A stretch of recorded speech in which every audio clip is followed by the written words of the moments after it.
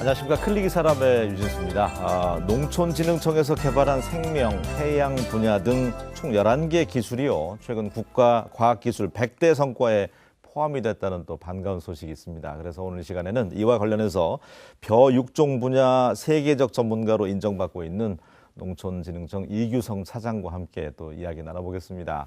안녕하세요. 안녕하세요. 예, 반갑습니다. 예. 1월에 올 1월이죠. 취임하셔서 어느덧 한 해가 다 저물어 가고 있는데 소회가 어떠신지 궁금합니다. 한 해 어떻게 보내셨는지요? 지난 30년 이상 농촌진흥청에서 근무하고 차장으로 부임을 해서 네.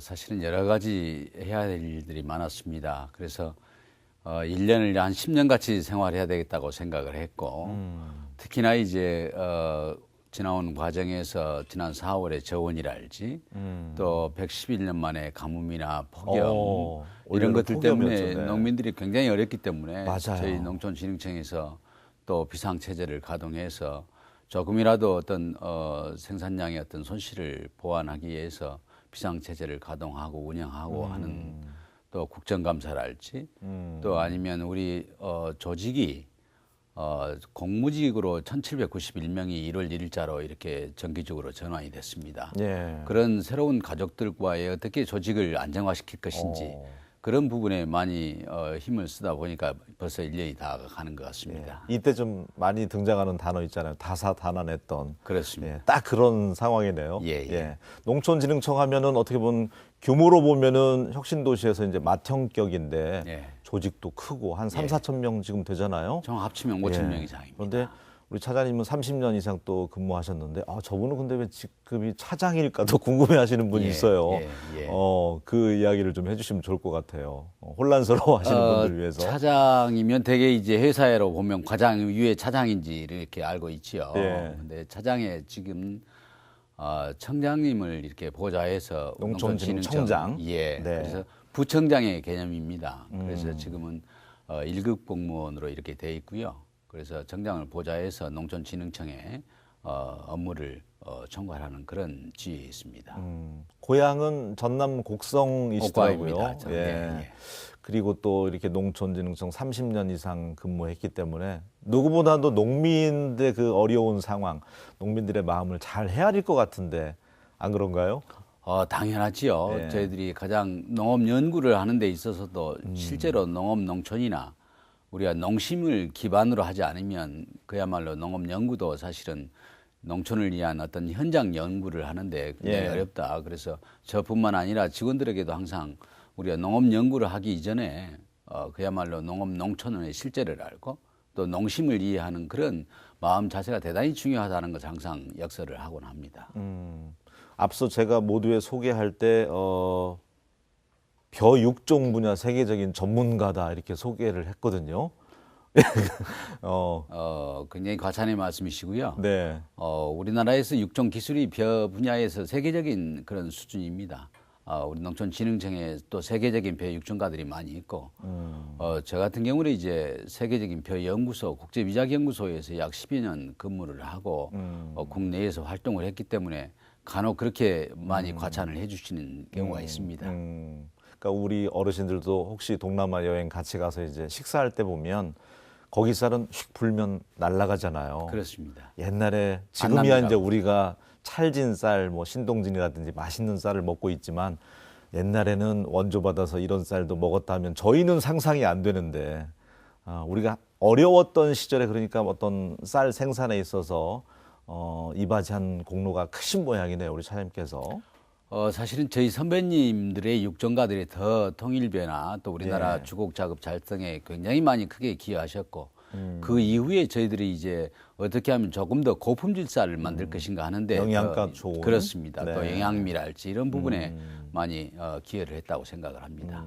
그런데 요사이 뭐 저 역시 마찬가지지만 꼭 하루에 한 끼는 면을 먹게 되고 또 빵 좋아하는 분들도 있고 하다 보니까 쌀 소비가 1인당 소비하는 게 급감했잖아요. 그렇습니다. 어떤 대책, 어떤 해안이 좀 필요할까요? 사실은 우리나라의 쌀 재배 면적이 지난 10년 전에 약 85만 정도 이상이 있다가 지금 네. 약 75만 정도로 줄었습니다. 재배 면적이 줄어들면 생산량도 줄여야 되는데 생산량은 사실은 거의 같은 수준에 있다라고 하는 것은 우리나라 육종기술로 벼 품종 육성을 대단히 수량성이 높고 또 품질이 좋은 그런 쌀을 만들어 왔다라고 이렇게 생각을 합니다. 그래서 요즘 쌀이 많이 또 과잉이라고 하는 또 이런 단어가 회자되곤 합니다만은 네. 사실은 기후 변화 때문에 쌀의 생산량은 굉장히 변동을 가져올 수 있다라고 하는 것도 우리가 인지를 해야 되고 또 하나는 우리가 이제 소비를 활성화시켜야 되는데 그거는 역시 연구 개발을 통해서 우리가 수요자의 입맛에 맞는 그런 가공품 또 수요자가 원하는 그런 여러 가지 특수미랄지 영양미랄지 이런 품종을 많이 만들어서 수요를 이렇게 확대시키는 것이 굉장히 중요하다라고 이렇게 생각합니다. 또 하나는 어쨌든 이제 물리적으로는 조금 더 과잉을 이렇게 방지하기 위해서 쌀의 생산 조정제를 사실은 금년부터 정부에서 추진을 해왔습니다. 아, 그렇군요. 그래서 네. 그런 부분도 앞으로 지속적으로 논에 이렇게 어느 일정의 면적은 바짝물을 대체하는 것도 생각을 해야 되고 쌀의 어떤 변동 직불제랄지 이런 부분도 지금 정치적으로 사회적으로 많이 고려 중에 있다라고 생각을 합니다. 결국은 이제 먹어서 또 소비를 해야 되기 때문에 쌀 뭐 떡볶이도 우리가 뭐 한때는 또 많이 먹고 했었잖아요. 쌀국수라든지 그렇습니다. 그런 쪽도 좀 여러 가지 대책이 좀 나왔으면 좋겠고 농촌진흥청은 또 연구하는 기관이잖아요. 예. 여러 가지 특허도 많이 이제 갖고 있다고 제가 전해 들었는데 국가과학기술 100대 성과 가운데 11개가 지금 농촌진흥청에서 개발한 기술이 포함이 된 모양이더라고요. 그렇습니다. 예, 반가운 소식인데. 예. 예. 올해 저희들이 100대 성과 중에서 11개를 했습니다. 네. 국가에서 국가과학기술에 투자되는 돈이 약 19.5조, 내년에는 거의 20조가 지금 넘는 상황입니다.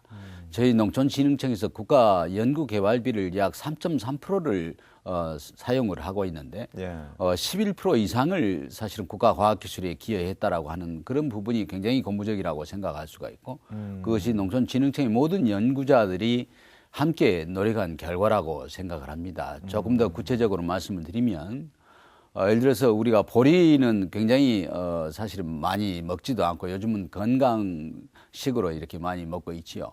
새싹보리 이제 보리를 키워서 며칠 되지 않는 그런 새싹보리를 키워서 예. 거기에서 폴리코사놀이라는 이런 어떤 기능성 성분을 구명을 해서 그걸로 해서 음료를 만들고 또 다양한 어떤 그 소비자들이 원하는 그런 식품을 만들어서 처음에 약 한 지난 14년도에 기술 이전을 해서 수익이 약 2천만 원에서 시작해서 지금은 약 한 120억 정도까지 올라가는 그런 어떤 기술이랄지 네. 아니면 또 우리 사물 인터넷을 활용을 해서 식중독 균을 빨리 검출할 수 있는 그런 기술이랄지 아니면 세계적인 어떤 소비자의 입맛에 맞추는 이런 핵과류 다시 말씀드리면 자두하고 살구를 합쳐서 플럼 코트라고 하는 그런 어떤 과일을 새로 개발했달지 이런 여러 가지 기술이 국가과학기술로 인정을 받아서 올해 11개의 이런 큰 성과를 냈다라고 생각합니다. 축하드립니다. 네. 미국도 그 우주산업 그 과학기술 연구하다 기초과학이 엄청나게 발달했다고 하잖아요. 그렇습니다. 농촌진흥청에서도 생각지도 못한 그런 것들이 아이디어들이 쏟아져 나오는 것 같습니다. 그래서 네. 어쨌든 우리가 현장 기술도 중요하지만 예. 현장에 적용하는 그런 기술을 개발하기 위해서는 기초 기반 기술도 우리가 분명히 필요하다. 그런 기초 기술 기반 위에서 현장에서 가능한 이런 실용화 기술을 만들 수 있기 때문에 양 분야를 저희들이 같이 연구를 하고 있습니다. 네. 그리고 또 한 가지 흐뭇한 소식은 최근에 이제 방탄소년단 뭐 전 세계적으로 인기잖아요. 예. 한국을 널리 알리고 있는데 우리 문화와 더불어서 예. 이 농촌진흥청에서는 농업 한류 또 열풍을 일으키고 있더라고요. 그렇습니다. 예, 그 이야기도 좀 해주시죠.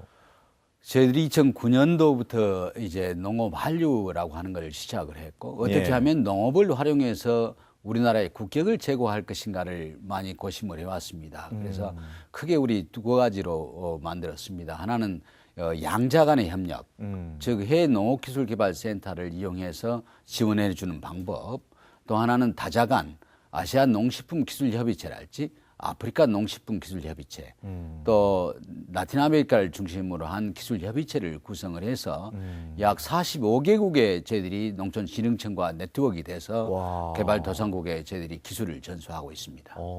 그러면은 아프리카 같은 경우는 지금 실제 어떤 지원을 해주고 있는 건가요? 아프리카에는 사실은 코피아 센터, 양자 간의 센터를 저희들이 7개를 개설을 해서 네. 그 코피아 센터라고 하는 것은 해외 농업기술개발센터입니다. 우리가 갖고 있는 여러 가지 기술을 전수를 해줘서 그것이 아프리카의 어떤 소농민들의 소득으로 연결될 수 있는 그런 사업을 우리가 양자 사업, 코피아 사업이라고 이야기하는데 그게 지금 7개 국가에서 이루어지고 있고 또 다자간의 사업은 아프리카 20개국과 저희들이 그동안 갖고 있었던 여러 가지 기술들을 전수해 주는 사업인데 네. 그런 20개국이 공통적으로 어떤 문제가 있는지 농업의 공동 현안을 해결하는 그런 사업입니다. 예를 들면 아프리카에는 쌀을 많이 먹고 싶어 하지만 사실은 쌀을 굉장히 생산량이 약 1,500만 톤 이상을 수입하고 있는 국가들이 식량 부족이 심각하잖아요. 그렇습니다. 네, 네. 그래서 저희들이 옛날에 통일별을 개발했던 그런 기술과 경험과 노하우를 가지고 그 20개국에 새로운 어떤 계통을 선발을 해서 그쪽에 쌀을 더 생산량을 향상시킬 수 있는 그런 프로그램을 지금 가동을 하고 있습니다. 네. 그러니까 쌀을 또 좋아한다는 것도 또 의외네요. 왜냐하면 감자라든지 이런 걸 주식으로 할 것 같았는데 예. 그 아프리카도 또 우리처럼 쌀을 먹는군요. 저는 예전에 아주 오래전에는 예. 아프리카 사람들은 카사바나 예. 옥수수만 좋아하는 줄 알았습니다. 근데 사실은 지금은 쌀이 없어서 못 먹고 쌀이 비싸서 못 먹는 그런 국가들입니다.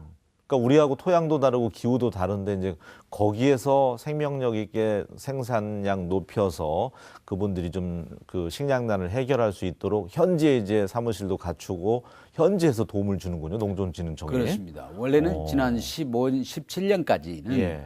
저희들이 여기 농촌진흥청에서 이렇게 아프리카 국가들과 이렇게 협력 사업을 했는데 그걸 조금 더 우리가 가속화시키기 위해서 지난 17년에 아프리카 세네갈에 코트디부아르에 있는 아프리카 농업연구소와 우리가 업무 협약을 통해서 지금 우리 육종 전문가를 세네갈에 파견이 돼 있습니다.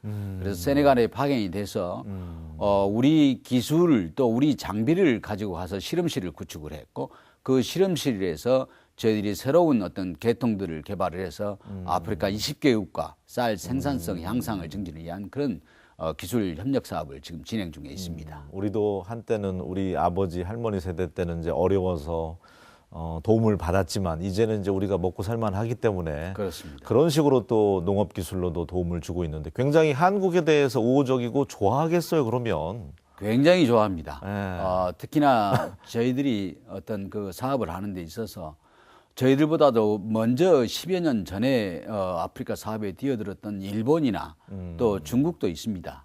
그렇지만 저희들은 다자간의 협력 사업을 통해서 이렇게 조금 시작은 늦었지만 더 효과적인 그런 사업을 하고 있고 또 더욱이 저희들이 가서 협력 사업하는 데 있어서 진정성을 갖고 있기 때문에 혹시라도 거기에서 유전자원이나 다른 이익을 목적으로 저희들이 사업을 하는 게 아니고 그야말로 진정성을 가지고 아프리카의 쌀 생산성을 향상시켜준다라고 하는 그 목적하에서 저희들이 사업을 수행하기 때문에 굉장히 호응도 좋고 한국에 대한 이미지 또 특히나 이런 것을 통해서 한국의 국격이 제고되는 그런 것들을 저희들이 순간순간 이렇게 느끼면서 사업을 하고 있습니다. 그래서 그분들이 더 좋아할 수밖에 없네요. 순수의 목적이 있기 때문에. 그렇습니다. 대부분 이제 열강들은 개발도상국의 경우에는 뭐 깔려 있는 천연 자원이나 히토류 같은 것들이 이제 욕심 나기 때문에 또 먼저 원조를 해주고 그렇습니다. 빼가는 경우가 있는데 농촌진흥청에서는 정말 순수의 목적으로 예. 도와주고 있기 때문에 좋아할 수밖에 없네요. 아시아 쪽은 어떻습니까? 어떤 도움 주고 있나요? 아시아 쪽에도 역시 아까 말씀드린 양자 간의 코피아 사업이랄지 아니면 다자간 사업을 하고 있습니다. 저희들이 코피아 센터를 아시아에 지금 11개국을 설치를 해놨습니다. 예. 11개국을 설치해서 아까 똑같은 방법으로 그동안에 우리가 갖고 있었던 어떤 농업의 기술을 그 사람들이 필요로 하는 기술을 저희들이 전수를 해주고 있고 또 다자간의 사업 약 11개국과 이렇게 연계해서 저희들이 그런 농업의 현안 문제를 공동으로 해결하는 거기에 우리 농촌진흥청의 전문 연구원들이 같이 포함이 돼서 이렇게 도와주고 있습니다. 이제 순간 문득 궁금해지는 게 우리의 농업 기술이라는 게 선진국 대열로 속할 수 있는지 어느 정도나 위상인지가 궁금하네요. 갑자기. 그렇습니다. 우리는 사실은 짧은 역사에도 불구하고 예. 농업기술 쪽에서 보면 세계 약 5위권에 속하는 그런 기술력을 갖고 있고 네. 특히 기초기반기술뿐만 아니라 실용화 기술 쪽에는 상당히 더 발전돼 있다고 생각하고 또 작목 중에서 특히 벼 육종 분야는 세계적인 수준으로 저희들이 자부하고 있습니다. 엄청나네요. 예. 앞서 이제 잠깐 이야기가 진행이 됐지만 지구 온난화가 심각하잖아요. 그렇습니다. 예, 뭐 1도가 올라가면은 농작물 지도가 뭐 80km가 이제 북쪽으로 옮겨간다. 뭐 그런 이야기까지 제가 들은 적이 있는데 이와 관련해서도 벼농사라든지 이런 대책을 농촌진흥청에서 좀 마련을 해야 될 것 같은데 그렇습니다. 어떻습니까? 전 세계 지난 100년 동안의 평균 기온이 약 0.7도 정도 올랐습니다. 예. 우리나라는 그동안의 산업화로 인해서 약 1.5도 정도 올랐다라고 이야기를 합니다. 그래서 농업 지도가 말씀하신 대로 바뀌고 있지요. 제주도에서 많이 재배하고 있는 감귤이랄지 한라봉 이런 작목들이 지금 거제나 남해안 쪽으로 이미 육지로 다 올라와 있습니다. 보성의 녹차가 예. 이미 강원도 고성까지 올라가 있습니다. 아, 녹차밭 보성이 유명한데요. 예, 우리가 배웠던 대구에 하면 사과라고 이야기하지만 사과가 이미 양구 쪽과 강원도 양구까지 이렇게 올라가 있습니다. 그래서 알보리 재배 한계지가 저희 대학에 다닐 때 충남 이남으로 저희들이 배웠습니다. 네. 지금은 전국적으로 쌀보리를 재배할 수 있을 정도로 그렇네요. 우리 온난화 때문에 농업의 지도가 바뀌고 있다라고 하는 것이고 그래서 농촌진흥청은 기후변화에 대한 신기술 작목 개발을 중점적으로 저희들이 하고 있고 과연 그런 작목들이 이전을 하게 되면 거기서 그 이전된 곳에서 최대한의 수량을 내기 위해서는 어떻게 우리가 연구하고 개발해야 되는지 재배를 해야 되는지 또 거기서 빠져나간 그 부분에는 어떤 작목을 또 도입해야 되는지 예를 들면 제주도 같은 경우는 그런 어떤 소득 작목들이 육지로 올라오게 되면 또 예. 다른 어떤 열대 작목들을 저희들이 대체해서. 대체할 수 있도록 소득 작물들을 개발을 해서 새로운 신소득 작물로 이렇게 보급하는 그런 연구를 집중을 하고 있습니다. 몇 년에는 지금 망고도 생산되는 거 아니에요? 지금 망고 생산을 제주도에 생산을 하고 있습니다. 벌써부터요. 저희들이 커피 연구도 시작을 했습니다. 그렇게 이제 지구 온난화가 바꿔놓은 농작물 그렇습니다. 지도가 그렇게 달라졌네요. 예. 그리고 식량 문제도 그런 식량 미래 사회에 있어서 식량 부족을 또 주제로 한 모티브로 한 영화도 나오던데 그렇습니다. 저희는 사실 모든 게 풍요롭고 풍성하기 때문에 못 느끼고 예. 불감증이죠. 예. 어떻습니까? 그런 시대가 이제 도래할까요? 미래 식량 부족. 충분히 가능합니다. 유엔에서나 여러 학자들이 이야기하기를 2045년 되면 예. 약 90억 이상의 세계 인구가 이렇게 늘어날 것이라고 전망을 하고 있고 그렇게 되면 사실은 식량이 약 지금보다는 약 70% 이상이 생산이 더 돼야 된다라고 하는 것이 지금 학자들의 이야기고 예. 그러나 지금 좋은 땅 우리가 관계가 가능한 그런 재배할 수 있는 그런 땅에서는 거의 어떤 그 수량의 최대 폭을 지금 거의 이르렀다라고 이렇게 생각합니다. 그렇다면 앞으로 이제 식량을 더 생산하기 위해서는 전 세계의 어떤 그 재배 면적에 불량 환경을 가진 그런 토양이 약 60%가 있는데 예. 그 불량 환경 토양에서 어떻게 생산성을 증대시킬 것인가 하는 것이 그게 가장 큰 이슈이고 네. 그러다 보면 식량이 절대적으로 부족하기 때문에 심지어는 FAO 국제 식량 농업기구에서는 앞으로 미래 식량의 대안을 곤충을 지목을 했습니다. 그래서 네. 지금 우리 농촌진흥청에서도 곤충 예. 식품을 집중적으로 연구를 하고 있고 또 곤충 식품이 FDA 우리 식약처에서 식품 공전으로 등록하는 것이 지금 4가지가 이미 등록이 돼 있고 그 곤충 식품에 관한 연구도 저희들이 지속적으로 이렇게 하고 있습니다. 먹을만 하더라고요. 그 밀웜인가 또 예, 제가 밀웜, 예, 갈색 거절이, 예, 쌍별 시식도 귀뚜라미. 해봤는데 예. 영화 설국열차에서는 이제 바가 나오지만 그렇습니다. 영양바. 단백질이 뭐 소고기보다도 더 높다고 하는 곤충 예. 분말 이용해서 또 뭐 여러 가지 햄버거 사이에도 이제 뭐 귀뚜라미가 들어가고 실제 이제 식량 부족 사회가 되면 그런 것들을 이제 찾게 될지도 모르겠다는 생각이 문득 드네요. 그렇습니다. 그래서 지금 곤충의 약 50 내지 55%의 단백질을 함유를 하고 있고 예. 그 단백질 함량이 우리가 먹는 계란에서 있는 단백질 함량이나 거의 비슷합니다. 그래서 그런 부분도 우리가 어떤 소득작물로도 우리가 육성을 하지만 미래 식량을 대비한 새로운 단백질 소스로도 저희들이 준비를 하고 있습니다.